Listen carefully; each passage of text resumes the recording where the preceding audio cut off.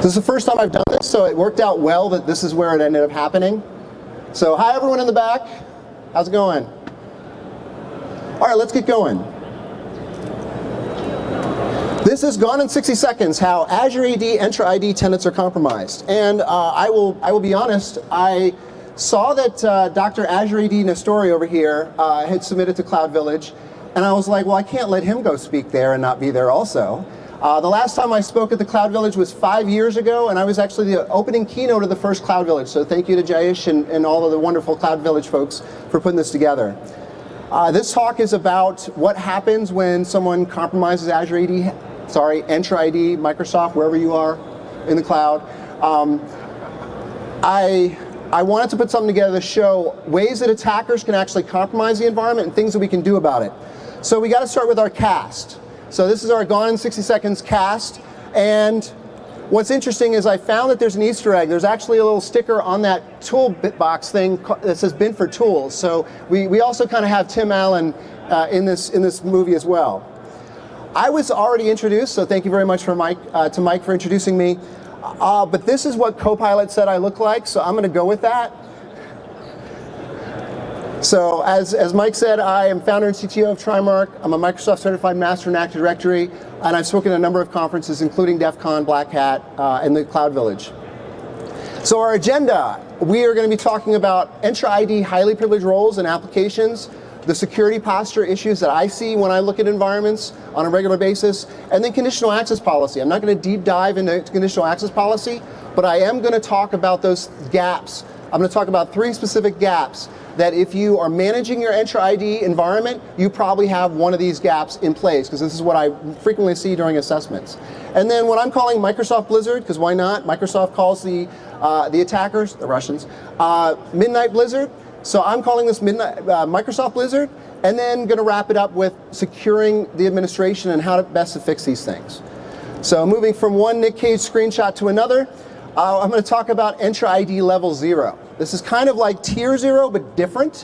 One of the things that I think is important is to understand what are the most significant and important environment or components in an environment, in a system. There are 100 roles in Entra ID. There were not always 100 roles. I remember when there were, what, 5? Yeah, the story says 5. I remember when it was probably about 5 to 10. Microsoft has gone through and started tagging these with a privilege tag. And there are 26 privileged roles, according to Microsoft. But for those in the back, the one on the bottom left says Global Reader. That will not give you the ability to change anything in Entra ID at all. So I don't really understand that perspective labeling privileges. I get that there's certain things you can see as a global reader that a user can't, that's concerning. So I went ahead and changed this, and so there's a few things that are bolded here that are really very important. There's some that are italicized. But let's just make this really, really simple.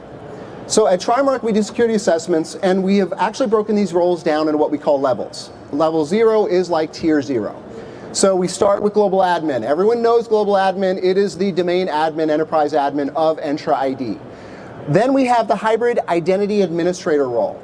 This one, when Microsoft came out with this, I think it came out in 2020. I reached out to Microsoft in early 2021 and spent a year and a half with them trying to get them to pare back and pull back permissions, which they did. They actually reduced the permission to the hybrid identity administrator role because when it existed in 2021, it was effectively a global admin, just not named that, and no one knew what it was called and or what it was for, and just started adding accounts to it. So they've kind of gotten to a kind of status quo place with this role. So at this point, this role still has some highly privileged rights, especially around federation settings. Anyone who can control federation settings within Entra ID has the ability to control authentication, which can control how people authenticate and who can authenticate and do different things. Thanks to Andy for partner tier 2 support.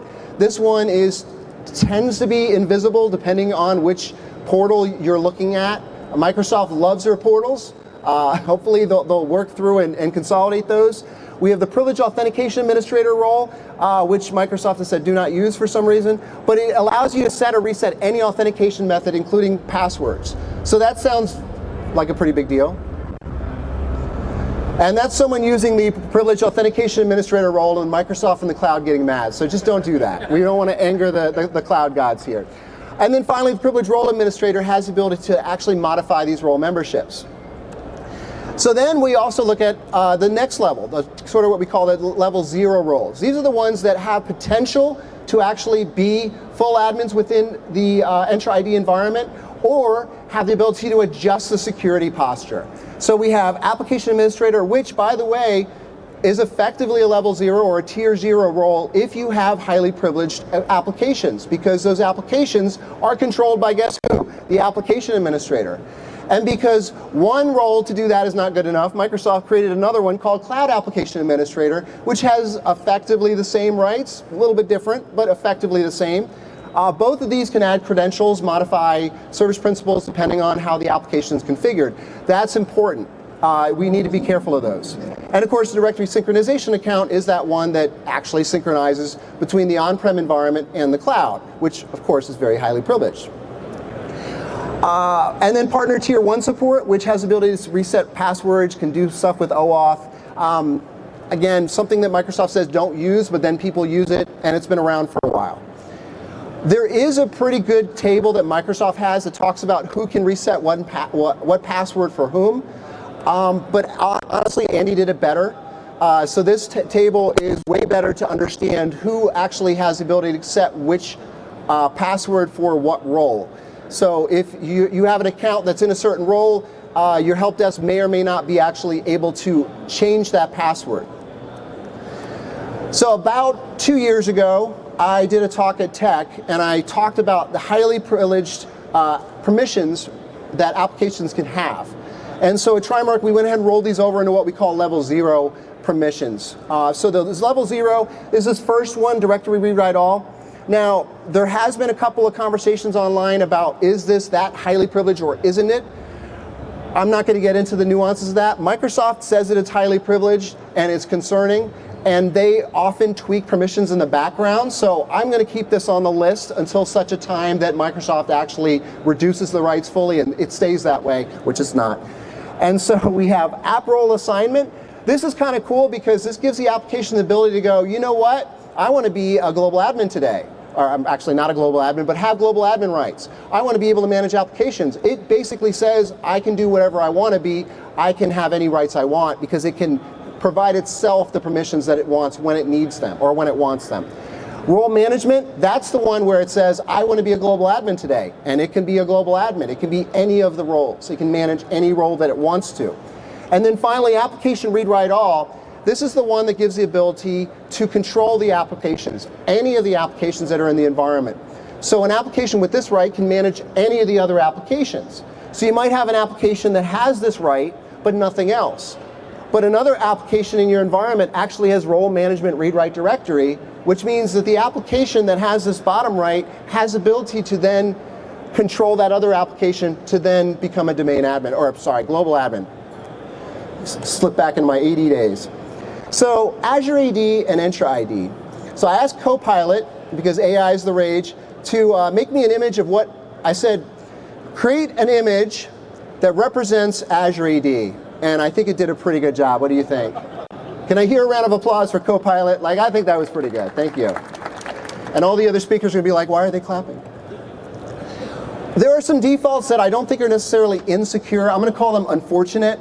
Users, represented by this DJ on the left for some reason, can register applications. They can consent to applications. They can create new tenants. And then they can join and hybrid join devices to tenant. No MFA is required for that. So that's unfortunate. I mean, we could say it's insecure, but that doesn't necessarily lead to something directly. But often, these are the reasons why we have the problems that we do in Entra ID today. Because a user creates an application, or they register an application, they become the owner of that app. That app then gets consented to by the global admin, and all of a sudden it has role management capabilities. And that user still has owner rights on it, which means that they can go ahead and control that application. They can add credentials to it. And then guests over here, which is represented by Bob Hope for some reason, I'm showing my age, have the same view rights as users, and they can invite other guests as well. So that's a lot. I mean, do you really want this guy to be able to have all these rights in your environment? No, absolutely not. And there's a number of common security issues that we see. We see Issues with privileged accounts. So standard users, regular users that have email are in roles. Stop doing that, please. If you're in a security role, please make sure that we're using separate administrator accounts, because the same account that is used for email is used for web browsing. They're probably logging onto the web browser to manage that Azure AD environment, or sorry, Entra ID, sorry. We're also seeing accounts that authenticate from user workstations. Again, that same web browser that they use to go to Facebook, Twitter, sorry, X, wherever, everywhere that they go, that's where that user, that admin token is existing on that web browser. And I'm going to show you why that's problematic in a minute. Using PIM, but everyone is active. Everyone is a permanent member. So I get that Microsoft has set this up. It used to be when you enabled PIM, you had to onboard roles. And Microsoft said, oh, that's kind of hard. We'll just onboard all the roles, and then everyone who's already a member will be permanently active in PIM. And then that way it's all set. The problem with this is we've seen environments where they go, well, we're using PIM, check, we're done, now we move on. But there is no difference to having a permanent active member in PIM as it is to not use PIM at all. So that's not helping you. PIM is for just-in-time access, just-in-time capability. That we shouldn't have permanent members within PIM. And then MFA not required. Applications with highly privileged permissions, I talked about this a little bit. Standard user account in the application administrator and or the cloud application administrator role. I see this all the time. Can anyone shout out the #1 reason why a regular user might be in the application administrator role? Because they want to register an application. They can already do that. They shouldn't be able to, and there is a role called application developer which gives them that ability. So there are ways to do that today in 2024 that weren't there in 2020 or 2021 potentially. So the one thing, if there's any message that you get from my talk, is that things change rapidly, but that also means that vendors are not keeping up with it. They might have said that their application needs directory rewrite all because they came out with it in 2019 or 2020, but that may not be the case today. So keep checking with your vendors. Push on them to use lesser rights. Group nesting, guess what? What is old is new again. And in Active Directory, one of the biggest problems that I've seen with permissions or privileged accounts in the environment is group nesting. We have members of this group, which is members of another group, which is then a member of the administrators group and domain admins. Microsoft said, you know what? Entra ID doesn't have that. We should put it in there. That'll be great. It'll be fine. We all love that. And then finally, partner access, delegated access permissions, which I'll talk about a little bit. So as I talk through this is what it looks like. This is very common. We have a bunch of user accounts. We have a Shayla, we have a Kenya, we have Krissa. We have a bunch of accounts here that are standard, regular user accounts that are members of Global Administrator, and they're permanent members. That means that their token in their web browser, when they're browsing whatever else, once they're authenticated, has full admin rights to the environment. They are not eligible. They are set to permanent. And then we often see admin accounts that don't require MFA, don't even have them registered. So now that we're using the Graph API because the older MS Online and Azure AD commandlets are deprecated, which by the way, they're deprecated, but Microsoft just released the Entra PowerShell module, so definitely start shifting over to that as soon as possible.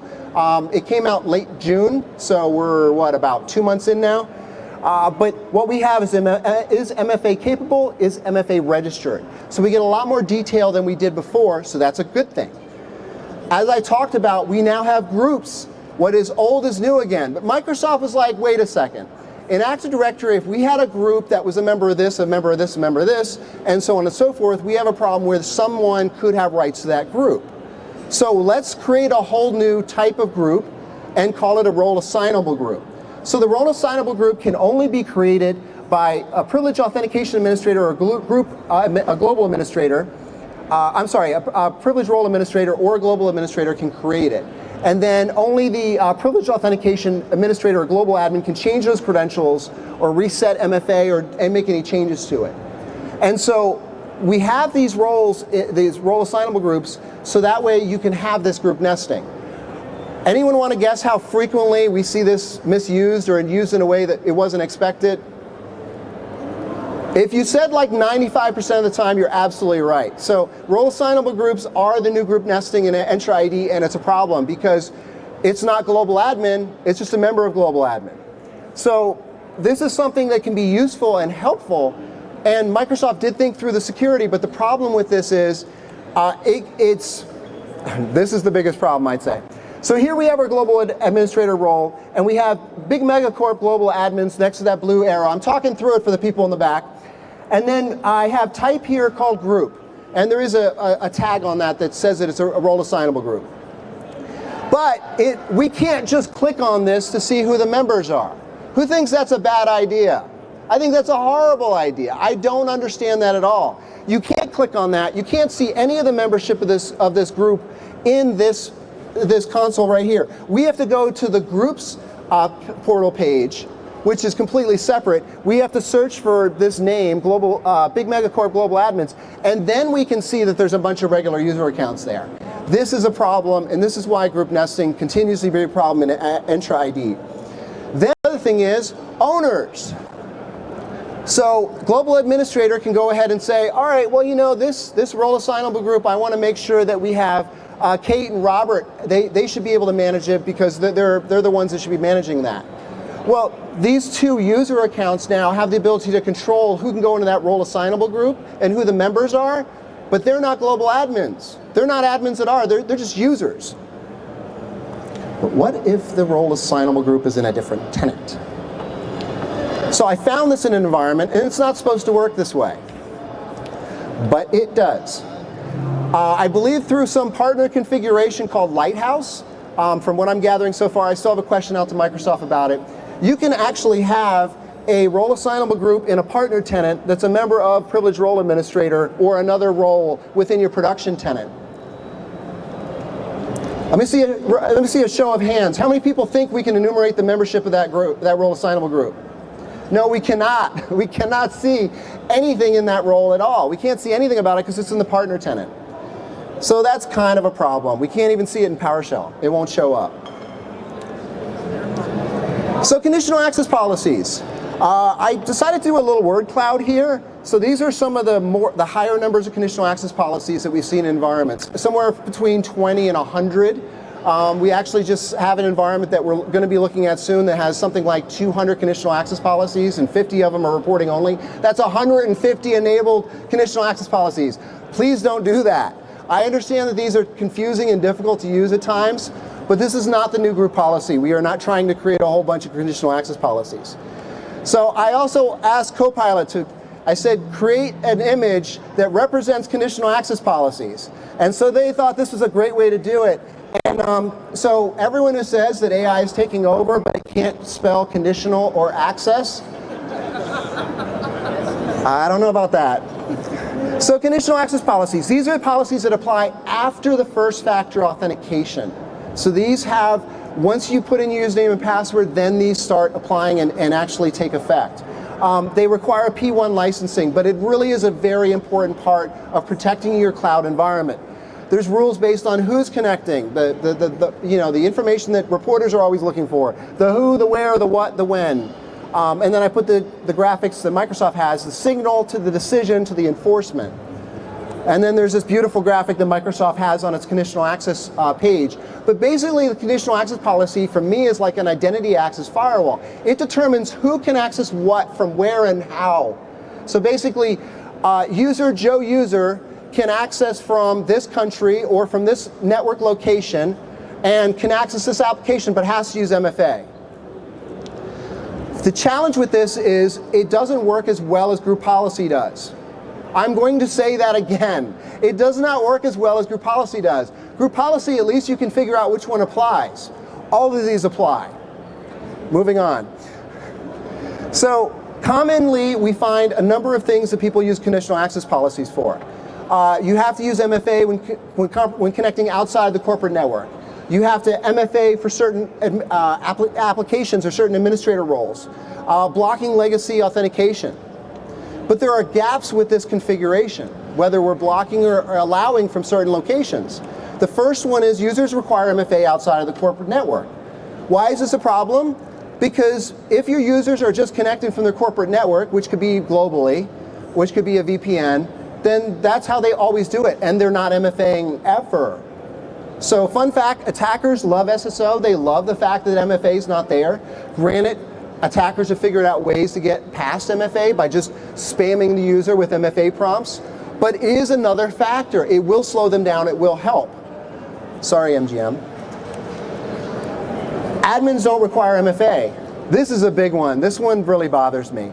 Admins should always have to MFA. I'm sorry, admins, but you should always have to MFA. I have to MFA all the time, and I hate it, but it's just our new reality. We have to make sure their admins aren't forced to MFA. Because otherwise we're not really protecting our admin accounts. So I love this screenshot with Angelina Jolie looking at the fact that Nick Cage just pulled off the wheel from the car that had the club on it, and they just put on another wheel and then stole the car. So if we're not giving our admins or requiring them to use MFA, all the attackers are going to do is switch the wheels. That's my attempt at making that work.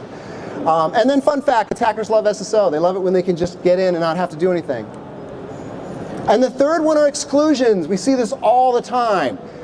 The admin goes, you know what, well, I'm going to create this conditional access policy that has all these security controls. MFA is required, location-based access, connecting to the Microsoft portals. I'm going to make sure that they have a compliant system and that it's hybrid joined or Azure AD joined. But I'm going to exclude everyone except for this group.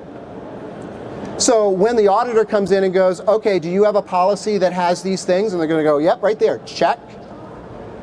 But it doesn't apply to anybody. We are getting what if, we are getting better information about what conditional access policies are doing, which is good, but it's still not enough. And Microsoft has been working through and helping customers over time, starting with baseline policies, then conditional access templates, and now Microsoft managed policies. And then after baseline policies, they're like, no, not baseline policies, don't do that anymore. We got security defaults for you, don't worry about it. So forget I said baseline policies, because Microsoft wants us to forget about them. But we have Microsoft managed policies. And right now there are three main policies that are there. Once they're lit up in your tenant, they switch from reporting only to active, enabled, 90 days after being introduced. You can't really make changes to them. You can duplicate it and then make changes to it from there. But Microsoft really wants to have this situation, and based on their research from a study that they did, having these enabled in your environment will reduce the attack the attack types that the attackers are using by like 99%. Because these are the things that attackers are absolutely doing. So admins have to use MFA. MFA there was the way where you set up MFA on each of the user accounts. Microsoft said it's better to use conditional access policy, but a lot of times those kind of get confused because someone will get MFA, but there's not a conditional access policy that requires them to use MFA, but it's on that user account itself. And then MFA and reauthentication for risky sign-ins, which is probably one of the best parts about this. One of the challenges is that Microsoft is charging more for all of the security capabilities. I hate that. I know everyone else hates that here as well. And my colleague Brandon Colley is giving a talk here at the Cloud Village tomorrow at 12, talking about finding holes in conditional access policies. So if you want to know more about conditional access policies, that's the talk to see. So let's talk about attacking Azure AD Entra ID. We know about phishing. So Nick Cage in the movie, he walks in to act like he's buying a Ferrari, and he's like, yes, this one, I saw this one out the club the other night. But Saturday nights are the loneliest nights for me, and I want a nice looking car, but I don't want one that everyone else has. I want one that looks fancy, that's from, you know, it's a classic. And so he goes in there pretending to be someone he's not, just like the attackers phish others. And here's how simple it is to get a token out of the web browser. We use the universal web browser attack tool called F12, developer tools. We open that up, and if I'm an attacker and I have access to the system, I can do this behind the scenes without them knowing. There's other ways to do it, obviously. But all I need to do is search and look through information that's in there. The web browser, when you authenticate in the web browser has to get a token from the system that it's talking to in order to then use that to validate and verify that it is already authenticated. Just like in AD, just like in most other systems. And this is not just an Azure AD thing. All web systems, when you authenticate to them, whether it's Workday, Salesforce, what have you, any IDP is going to give you an access token, which you use then provide to a system in order to authenticate. So all I need to do is search here and then capture out a string of data And then I can use the dwt.ms website to look to see what token I have. And I can see what this token is. And there's the user account, there's where it's the IP address, where it's coming from, and that is the proof of identity on this system. And I can steal this access token and I can use it anywhere else that I want to. And that's it. That's how easy it is to compromise an admin who's using a standard web browser on a regular user workstation. That's like elite hacking. That's the most elite hacking you'll see here at DEF CON. I'm joking. Special thanks to Dr. Azure AD for walking through this with me, because there were a couple parts of it that I was a little confused by, but he showed me how easy it was, and it was amazing. If you do not already go to AAD internals, you really need to, okay? Because there's a wealth of information there. But I don't need to just operate within the web browser and hit F12. I could inject my own browser extension. I could use an evil proxy where I trick the admin into logging into something that is not actually what they think it is, like evil jinx.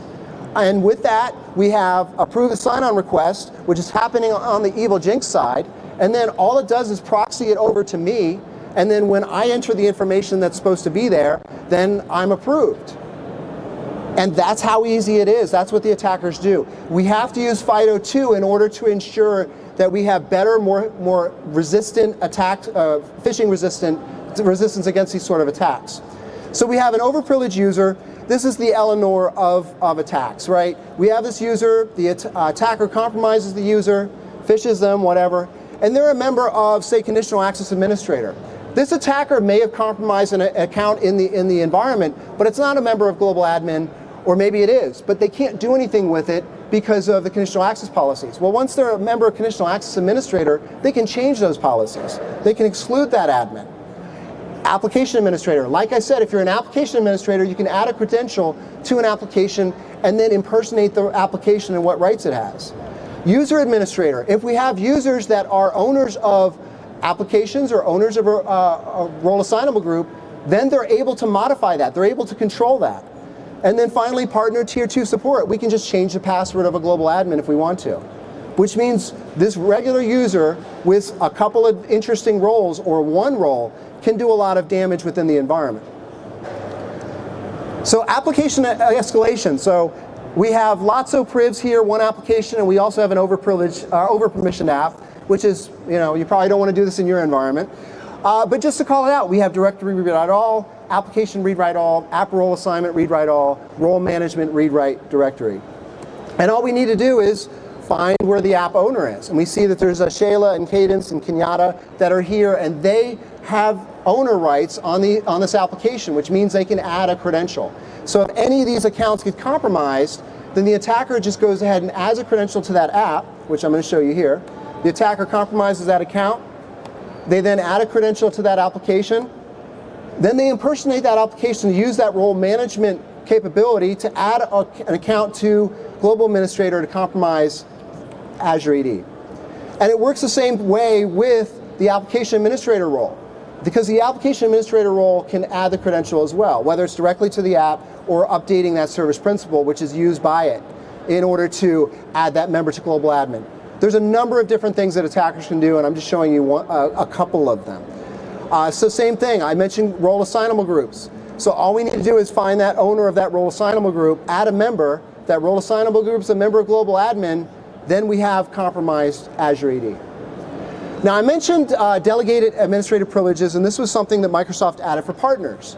And in the Solarigate time, what the attacker did was they recognized that the Microsoft CSP, the cloud service provider, had the ability to actually have rights to a bunch of tenants, because this is the way it was meant to be. So if you are a smaller company or even a larger company, you're like, I don't want to manage my licenses, I don't want to manage this, I'll let this partner do it. Great, you just enroll them into this. So they realized that with that delegated administration on tenant A or tenant B, they could then hop across those tenants and have control of it. So basically this is how it worked. Microsoft decided there'd be two roles for the CSP. One is the admin agent, which is effectively global admin to every one of their customers that says yes, and it's just one role in that's cloud service provider environment. Just one role, one group. of all their users for all their customers. And the same thing with the help desk agent. So this was no granular configuration in this at all. So we need to shift for over to granular delegation admin privileges. Also, this was buried in the interface. Microsoft has finally moved this up to the top level, so you can check it yourself with the link at the bottom. What about admin synchronized from on-prem AD? I was going to do a whole bunch of slides on this, but as often happens, Andy put out a tweet just a couple days ago, and I was like, thank you, Andy, because this made it very easy for me. He says your on-prem AD admin, or on-prem AD, your user there, domain users have a session to that and have admin rights to that computer. That user is synced to Entra, and it has the role of privilege role admin, which can then add a secret to app registration, add that credential, and they can jump over through that to global admin. And he tweeted that because that's a real life example. So let's listen to Sway, aka Angeline Jolie, and let's not do that, okay? So let's talk a little bit about Midnight Blizzard. And I asked Copilot to give me an image of a really cool looking bear that represents Midnight Blizzard. So I think CrowdStrike is going to have its a tough time coming up with an action figure that's going to beat this one. But Microsoft was like, hey, we had this attack. It was a password spray, blah, blah, blah, blah, blah. But then there was an article that came out that actually explained some more detail of how they figured out what happened. So basically, the attacker password spray an account in a test tenant that had no MFA that was unprivileged. But somehow then they jumped to a non-production system and a legacy test OAuth app in this test environment. Well, that doesn't sound bad at all, except for this blue arrow here, which means that this legacy test OAuth app had rights to the production tenant at Microsoft. So then they added several malicious OAuth apps. They created a new account, which is shown by my baby icon here, because it's a brand new account. And somehow they used that in order to then consent to these several malicious OAuth apps, and then ended up with full access as app permission to exchange online. So basically they were exchange online, and then were able to download email from mailboxes. Microsoft says a subset of the total, but it included executives, it included legal, included HR, and said that Midnight Blizzard was very interested in things specifically to Midnight Blizzard, and pulled down a bunch of emails. So I have this slide, I'm not going to read through it, but it's like the details of what I talked through, so when you look at the slides later, they make sense. And then Microsoft put out a note in March saying, hey, yeah, there wasn't a whole bunch that was compromised, but yeah, I included access to some of the company's source code repository and internal systems, but no evidence that Microsoft hosted customer-facing systems have been compromised.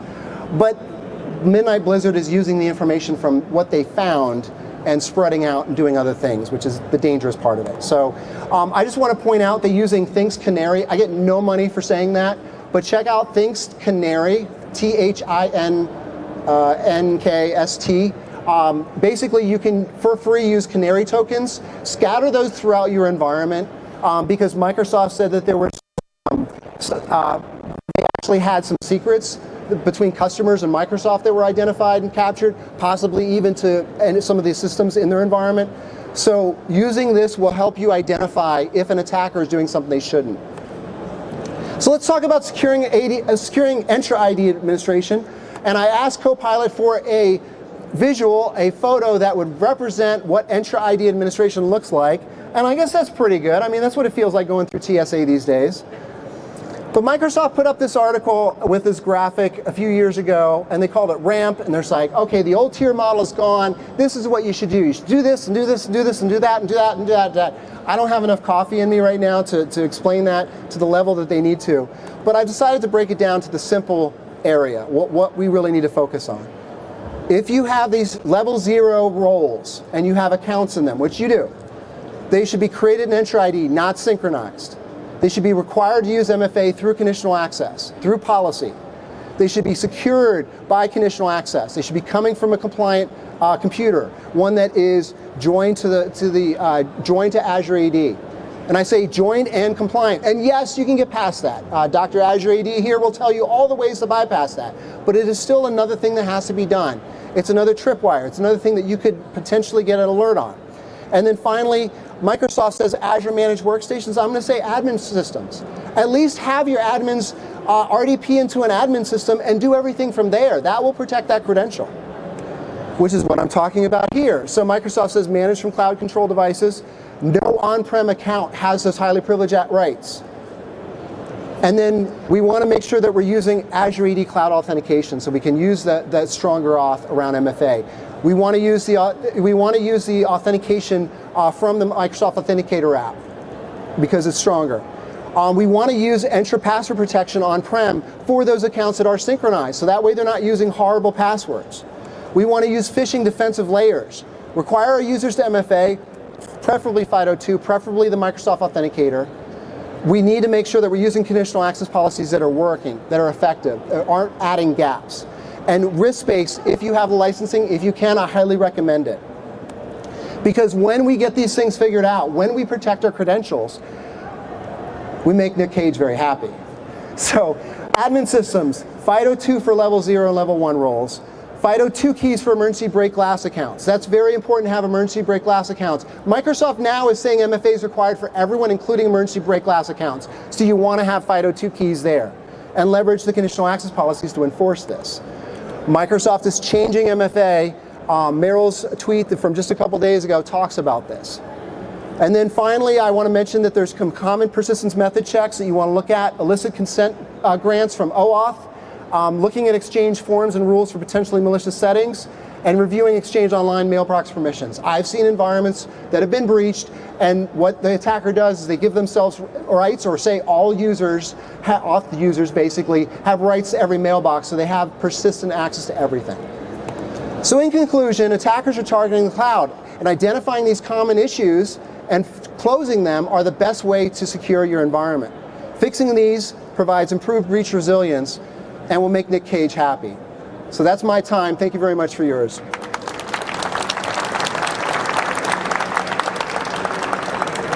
Thank you. Thank you.